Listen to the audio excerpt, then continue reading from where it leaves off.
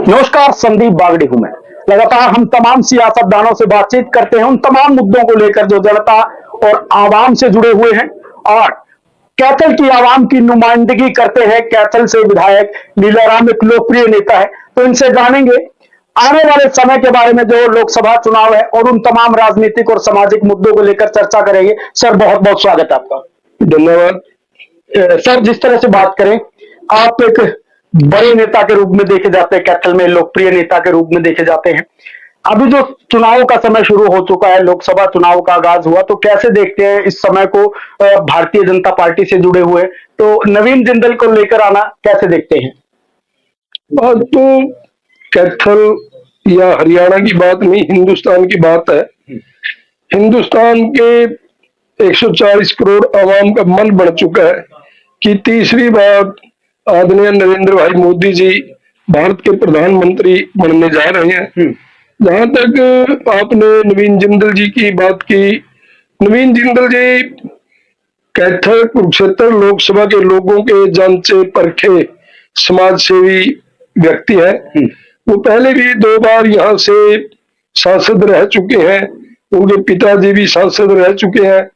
और आज जो पूरे भारतवर्ष में आदरणीय प्रधानमंत्री जी के नाम पर, भारतीय जनता पार्टी के नाम पर एक तरफी लहर है, एक तरफी हवा है, उसको देखते हुए बड़े बड़ी दूसरी पार्टियों में बड़े बड़े नेता, चाहे उसमें नवीन जिंदल जी भी है, चाहे पंजाब से रवनीत जी बिट्टू है, और भी दूसरी स्टेटों में कोई राजस्थान से यहाँ तक कि गुजरात के दूसरी पार्टियों में बड़े बड़े नेता अपनी पार्टियों को छोड़ करके भारतीय जनता पार्टी में या आदरणीय नरेंद्र मोदी जी में अपना विश्वास व्यक्त कर रहे हैं। सर, आपका एक भाषण वायरल हो रहा है, आप चैलेंज कर रहे हैं कि आ गया नवीन जिंदल खागड़, तो इस बात को कैसे देखते हैं? जबकि जो दूसरे दलों के लोग हैं वो कह रहे हैं कि इनसे तो गौ माता का कोई संरक्षण नहीं मिला, खागड़ का क्या करेंगे? खागड़ किसी काम नहीं आ रहे, सड़कों पर घूम रहे हैं। खग्गड़ का मतलब ये कोई गौ माता से जोड़कर देखते हैं। खग्गड़ का अपना हरियाणवी शब्द है कि एक मजबूत व्यक्ति को इस प्रकार की भाषा कह देते हैं। जब पहलवान 2 अखाड़े में खड़े होते हैं, जो मजबूत लगता है लोगों को कहते हैं, जो तकड़ा पहलवान होता है उसको कह देते हैं यार ये नहीं गिरता, ये खग्गड़ है। तो तकड़े आदमी को, मजबूत व्यक्तित्व पे धनी को अब खग्गड़ बोलते हैं। इसलिए मैंने भी ये कहा कि भाई ये खग्गड़ उम्मीदवार है, मजबूत उम्मीदवार है, इसका कोई मुकाबला नहीं। दूसरी पार्टियों के जो भी उम्मीदवार है आज वो नवीन जिंदल के कहीं आस पास भी नहीं है जी। जो दूसरी पार्टी के यानी कि गठबंधन के उम्मीदवार है वो बार बार कहते हैं कि बाहर से कैंडिडेट लाना पड़ा, पूरी भाजपा में कोई कैंडिडेट नहीं था, इनको कोई चेहरा नहीं मिल रहा था, या कह रहे हैं कि मनोहर लाल के बाद कोई ऐसा है नहीं इनके पास जो नुमाइंदगी करने के लायक हो, जनता एक्सेप्ट नहीं है। ऐसे बहुत से सवाल दाग रहे हैं आप लोगों पर। आज दूसरी पार्टियों, चाहे वो किसी भी पार्टी का है, कांग्रेस का है, चाहे आप पार्टी के है, चाहे और दूसरी पार्टियों के लोग हैं, ये आज सच्चाई ये है, मैं राजनीति से ऊपर उठ करके बात करता हूँ, ये सभी लोग परेशान है, फेडअप है, ये मान चुके हैं कि कोई मुकाबला नहीं है। तीसरी बार नरेंद्र भाई मोदी जी भारत के प्रधानमंत्री बनने जा रहे हैं। भारतीय जनता पार्टी 400 पार सीट जीतने जा रही है। जब इस प्रकार का माहौल देश का होता है ना, तब ऐसी अनाप शनाप ऊल जुलूल बातें स्वाभाविक है आना जी। जिस तरह बात करें सर, मैंने रॉकी मित्तल का इंटरव्यू लिया, वो कह रहे थे कि मैं तो जी मोदी जी की बात मानूंगा, मोदी जी कह के गए थे कोयला चोर है तो कोयला चोर है।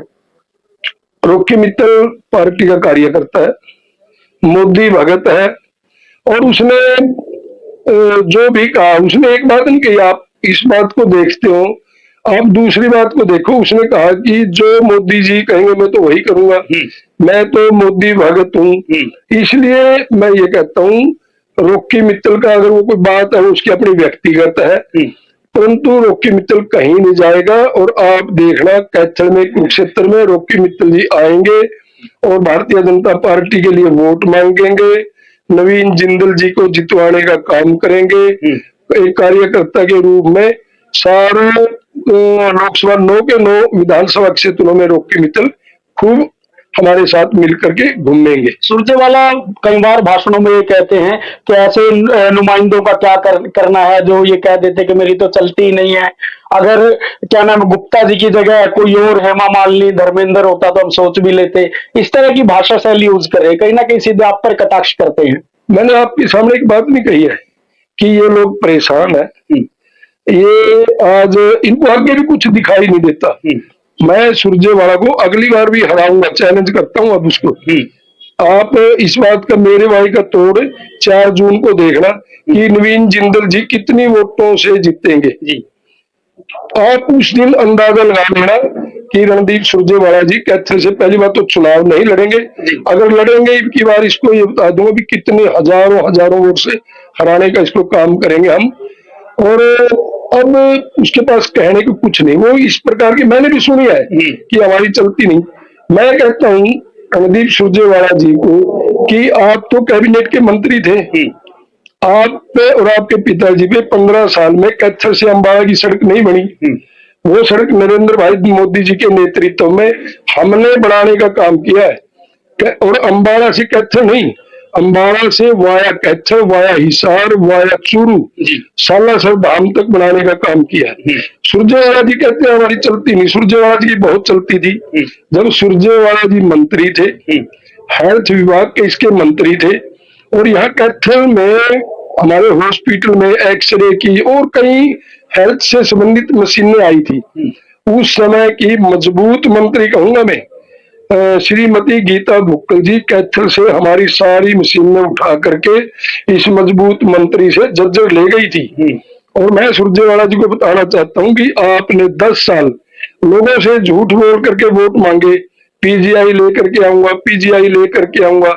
आप पे तो पीजीआई के नाम पर एक ईंट नहीं लगी, परंतु ये लीला राम जो कमजोर कहते हो ना, 1000 करोड़ का मेडिकल कॉलेज कैथल में लेकर के आए।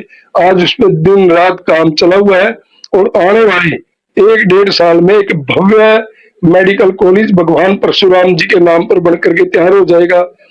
भगवान श्री महर्षि वाल्मीकि के नाम पर कैथल के अंदर संस्कृत विश्वविद्यालय बनकर के तैयार हो जाएगा। कौन मजबूत है ये कैथल की जनता आने वाले चुनाव में बता देगी। लीला राम मजबूत है या रणदीप सुरजेवाला मजबूत है। जी विधायक जी, जिस तरह हम बात करें, अभय सिंह चौटाला भी यहाँ से ताल ठोक चुके हैं, कुरुक्षेत्र लोकसभा से चुनाव लड़ने जा रहे हैं, लेकिन आपने एक बयान दिया कि मैं यहाँ कांग्रेस और भाजपा का दोनों का गणित बिगाड़ने आया हूँ। कैसे देखते हैं उनकी मौजूदगी को? वो सच्चाई कहते हैं भाई, जो आज कांग्रेस वाले सपने ले रहे थे, ये इंडिया गठबंधन वाले सपने ले रहे थे, उनकी जड़ों में बैठ जाएगा, इनको धूल चटाने का काम करेगा। और जीतने वाला तो नहीं है, परंतु इनको लेकर के बैठ जाएगा। और मैं कहूंगा आज फिर मैं अपनी बात को दोहराना चाहता हूं कि आज नवीन जिंदल के साथ किसी का कोई मुकाबला नहीं है। जी, तो जिस तरह हम बात करें सर विधायक जी, कैथल के लोगों को ये रहता है कि कैथल में अभी तक प्रशासनिक अधिकारियों की बात करें, कभी ये नहीं रहता कि कभी हॉस्पिटल का दौरा किया हो, कभी किसी सरकारी कार्यालय का दौरा किया हो। इस तरह से बहुत सी समस्याओं का सामना करना पड़ता है। जनप्रतिनिधि हैं तो क्या कुछ कहना चाहेंगे आने वाले समय के लिए? मैं मतलब इस टाइप का पार्टी का कार्य करता हूँ, ना कि एमएलए। मैं 24 घंटे कहता हूँ अपने मकान पर उपलब्ध रहता हूँ।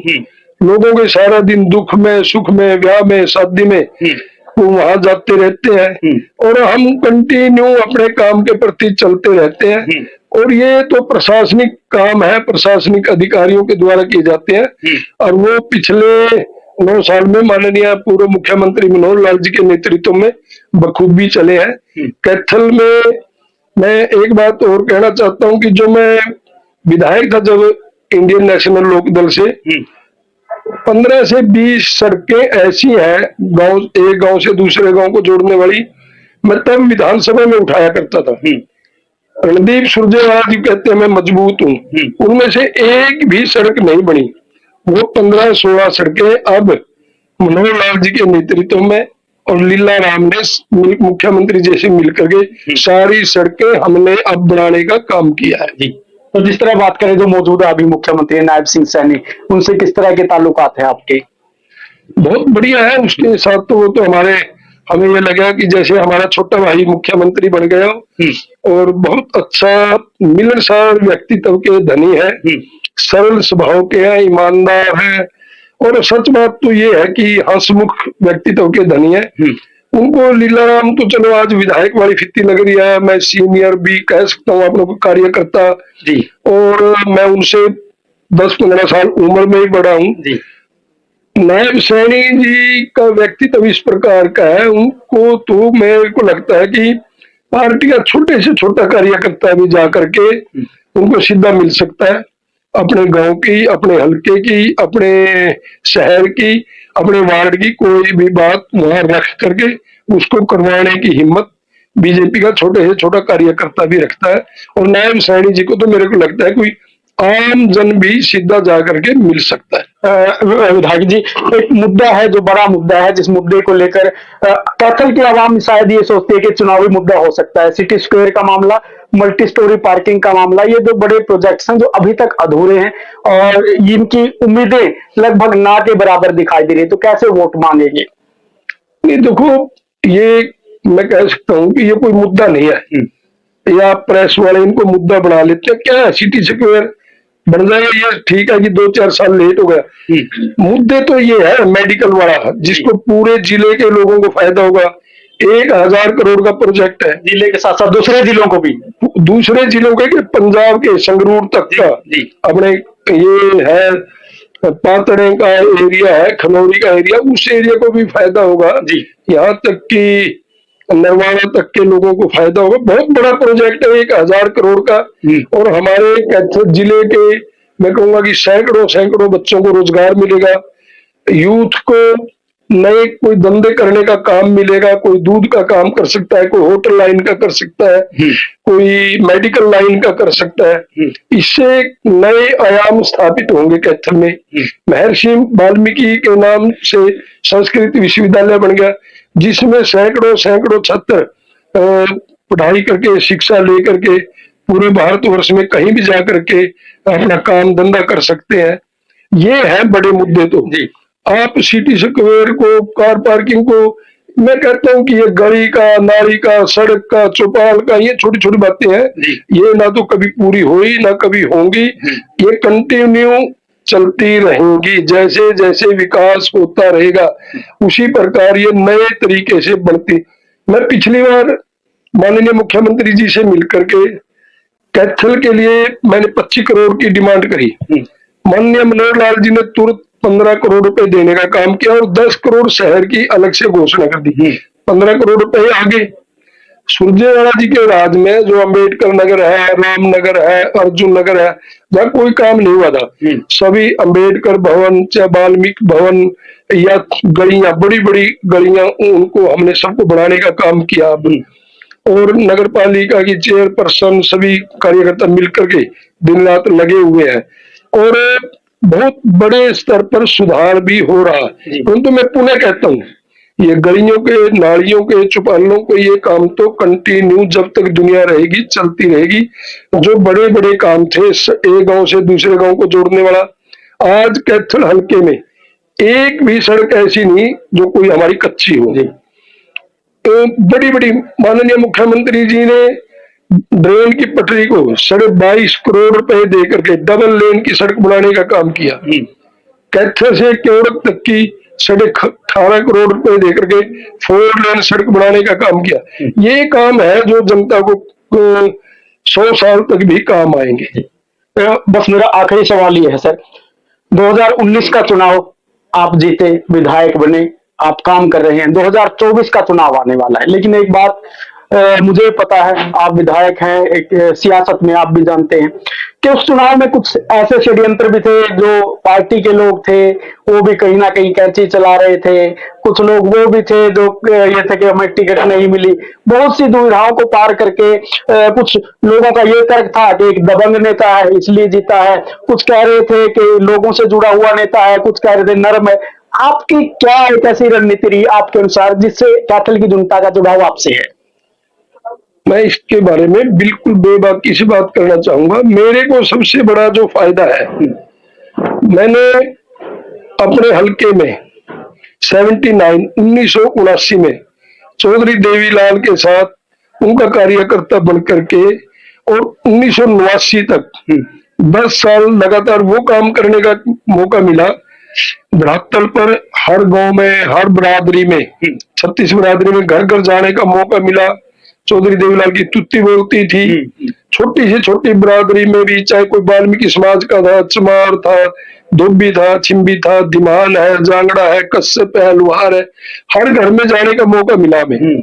और डायरेक्ट मेरा जुड़ाव इसलिए भी हो गया, कोई भाई हमारे पास आता था, कोई भी किसी टाइप का काम था उस समय में, चाहे उनकी बुढ़ापा पेंशन की बात थी, चाहे गांव गांव में बैकवर्ड चौपाल बनाने की बात थी, चाहे चौधरी देवीलाल ने एक नीति चलाई थी हर चौपाल में मूड़े तम्बाकू रखने की बात थी।